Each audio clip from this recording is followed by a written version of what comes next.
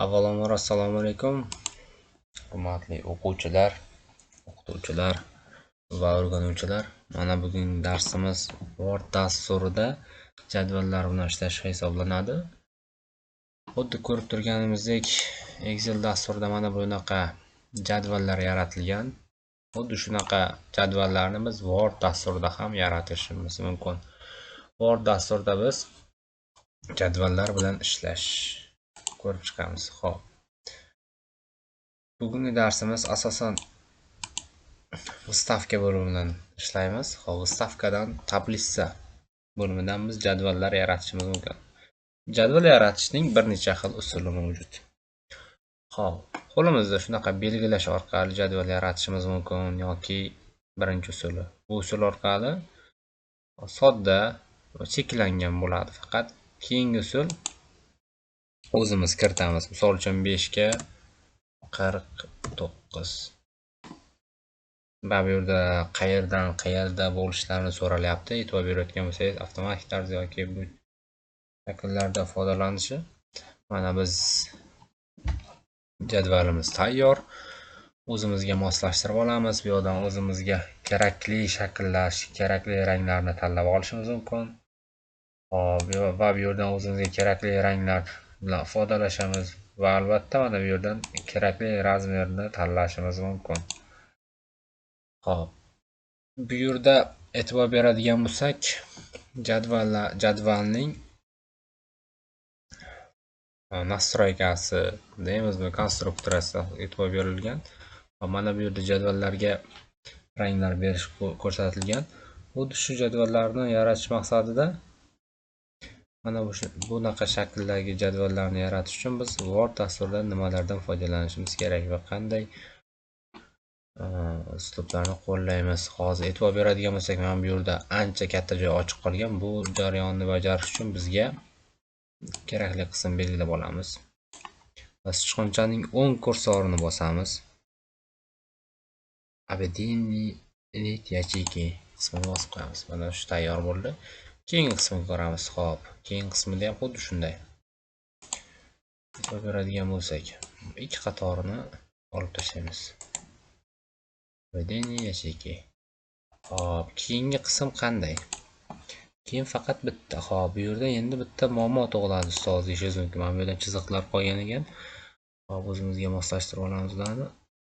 Bu yerdan o'zimizga kerakli shaklda suzib olishimiz mumkin. Mana shunday shakldan.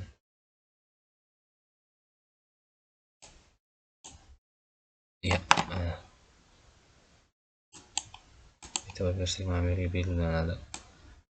Bittalik surish bu. Bosh surish. Xuddi shunday shaklda surib olamiz. Bizga keraksiz qismini keyin o'chirib tashlaymiz. Hozir bu shakl turaversin. Xo'p, keyin qanday ifodalangan? Bu yerdan chiziqlar tushgan. Bu chizish uchun nima qilamiz? E'tibor beradigan bo'lsak, Vstavka bo'limiga o'tsak, mana bu yerda нарисовать tablitsa bo'limini tanlab, o'zimizga kerakli qismini chizib olamiz. Misol uchun shu yerdan chizilsin. Ctrl Z bilan orqa qaytaramiz. Mana shunaqa shaklda chizib olamiz. Xo'p, keyin buni qanday yo'qotamiz degan savol tug'iladi. Hop, mana bu yer sal qiyshiqroq bo'lganga o'xshaydi. Ctrl Z.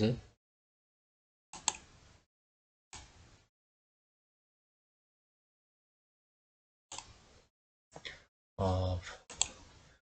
Vstavka bo'limiga o'tib, bu qismni yana bir bosib qo'ysak, avtomatik yo'qoladi.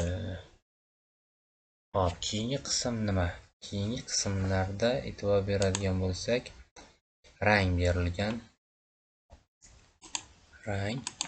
Mana shu yerga rang beramiz. Qanday rang beramiz? Belgilab olamiz.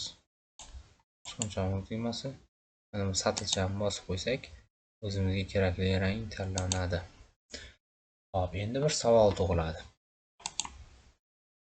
mana bunday tablissadan bo'lishni o'rgandik. Xo'p, mana bu jarayonlarni bu shaklda kesishlar yoki mana bu yerdan bunaqa bo'lishlarni ham o'rgandik. Qo'lda kiritish uchun kerak bo'lgan vaqtga. Savol tug'iladi. Bu yerda o'lchamlari ko'rsatilgan.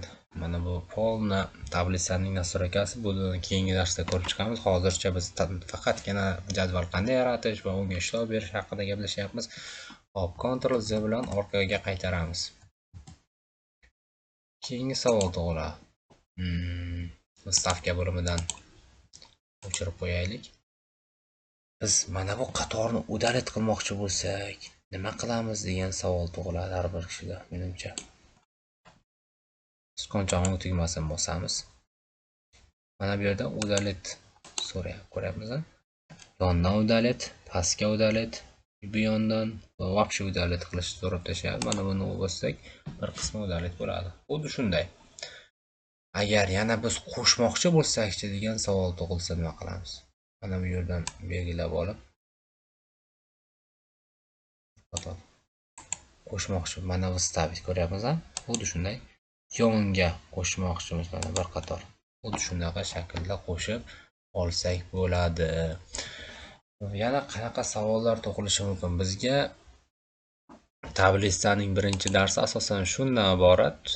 Keyin Excelga eksport qilishlar haqida ham ko'rishimiz mumkin. Mana bu Excelga avtomatik o'tib ketdi. Mana shu jarayonlarni Wordda ifodalashimiz mumkin.